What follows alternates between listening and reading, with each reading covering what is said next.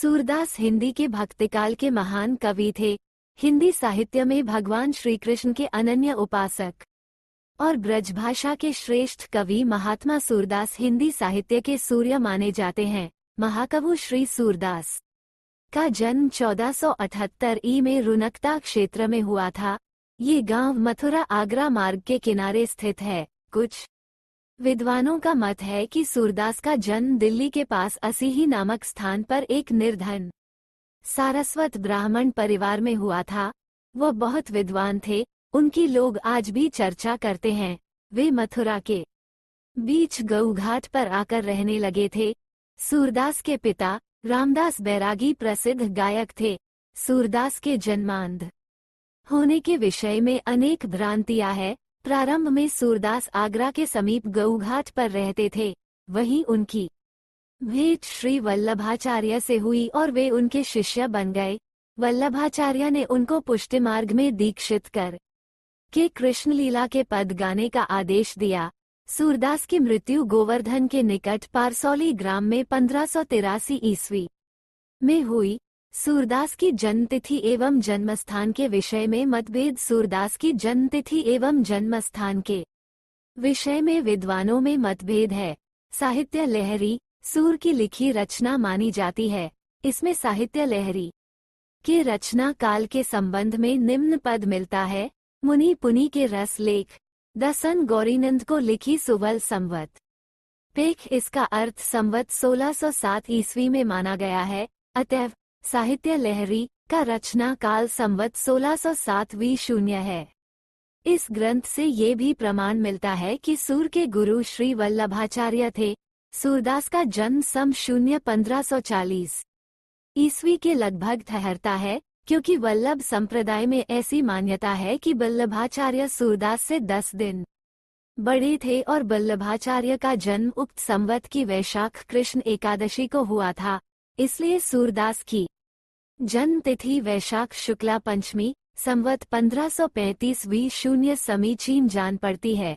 अनेक प्रमाणों के आधार पर उनका मृत्यु संवत 1620 से 1648 ईस्वी के मध्य स्वीकार किया जाता है। रामचंद्र शुक्ल जी के मतानुसार सूरदास का जन्म संवत 1540 शून्य के सन्निकट और मृत्यु संवत 1620 ईस्वी के आसपास माना जाता है। अष्टछाप के कवि का नाम है। संपादित करें सूरदास श्रीनाथ की संस्कृत वार्ता मणिपाला, श्री हरिराय कृत भाव प्रकाश, श्री गोकुलनाथ की निजवार्ता आदि ग्रंथों के आधार पर जन्म के अंधे माने गए हैं, लेकिन राधा कृष्ण के रूप सौंदर्य का सजीव चित्रण, नाना रंगों का वर्णन, सूक्ष्म पर्यवेक्षणशीलता आदि गुणों के कारण अधिकतर वर्तमान विद्वान सूर को जन्मायद स्वीकार नहीं करते।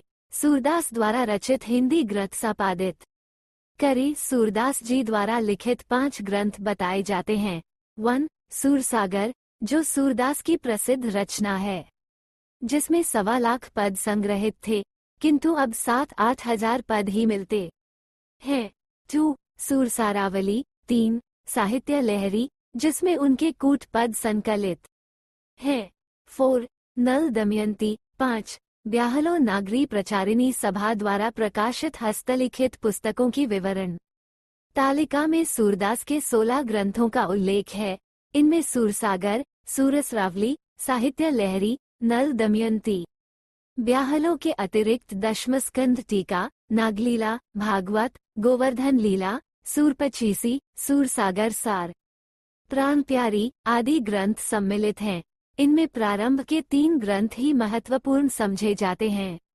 साहित्य लहरी की प्राप्त प्रति में बहुत प्रक्षिप्तांश जुड़े हुए हैं। साहित्य लहरी, सूरसागर, सूर की सारावली, श्री कृष्ण जी की बाल छवि पर लेखनी अनुपम चली। सूरसागर का मुख्य वर्णीय विषय श्री कृष्ण की लीलाओं का गान रहा है। सूरसारावली में कवि ने जिन कृष्ण विषयक कथात्मक और सेवापरक पदों का गान किया, उन्हीं के सार रूप में उन्होंने सारावली की रचना की है। साहित्य लहरी में सूर के दृष्टिक्यूट पद संकलित हैं। सूरदास की काव्यगत विशेषताएं संपादित करें। 1. सूरदास के अनुसार भगवान श्री कृष्ण के अनुग्रह से मनुष्य को सद्गति मिल सकती है। अटल भक्ति कर्मभेद, जातिभेद, ज्ञान, योग से श्रेष्ठ है। 2. सूर ने वात्सल्य, श्रृंगार और शांत रसों को मुख्य रूप से अपनाया है। सूर ने अपनी कल्पना और प्रतिभा के सहारे कृष्ण के बाल्य रूप का अति सुंदर, सरस, सजीव और मनोवैज्ञानिक वर्णन किया है। बालकों की चपलता, स्पर्धा, अभिलाषा, आकांक्षा का वर्णन करने में विश्वव्यापी बाल स्वरूप का चित्रण किया है। बाल कृष्ण की एक एक चेष्टा के चित्रण में कवि ने कमाल की होशियारी एवं सूक्ष्म निरीक्षण का परिचय दिया है। मैया कबही बधेगी चोटी, कितनी बार मोही दूध पियत भाई, यह अजहू है छोटी। सूर के कृष्ण प्रेम और माधुर्य प्रतिमूर्ति है, जिसकी अभिव्यक्ति बड़ी ही स्वाभाविक और सजीव रूप में हुई है। 3. जो कोमलकांत पदावली, भावानुकूल शब्द चयन, सार्थक अलंकार योजना, धारावाही प्रवाह, संगीतात्मकता एवं सजीवता सूर की भाषा में है, उसे देखकर तो यही कहना पड़ता है कि सूर ने ही सर्वप्रथम ब्रजभाषा को साहित्यिक रूप दिया है। सूर ने भक्ति के साथ श्रृंगार को जोड़कर उसके संयोग वियोग पक्षों का जैसा वर्णन किया है, वैसा अन्यत्र दुर्लभ है। 5. सूर ने विनय के पद भी रचे हैं, जिसमें उनकी दास्य भावना कहीं कहीं तुलसीदास से आगे बढ़ जाती है। हमारे प्रभु औगुण चित न धरो, समदर्शी है मान तुम्हारा, सोई पार करो। 6. सूर ने स्थान स्थान पर कूट पद भी लिखे हैं। 7. प्रेम के स्वच्छ और मार्जित रूप का चित्रण भारतीय साहित्य में किसी और कवि ने नहीं किया है, ये सूरदास की अपनी विशेषता है। वियोग के समय राधिका का जो चित्र सूरदास ने चित्रित किया है, वह इस प्रेम के योग्य है। 8. सूर ने यशोदा आदि के शील, गुण आदि का सुंदर चित्रण किया है। 9.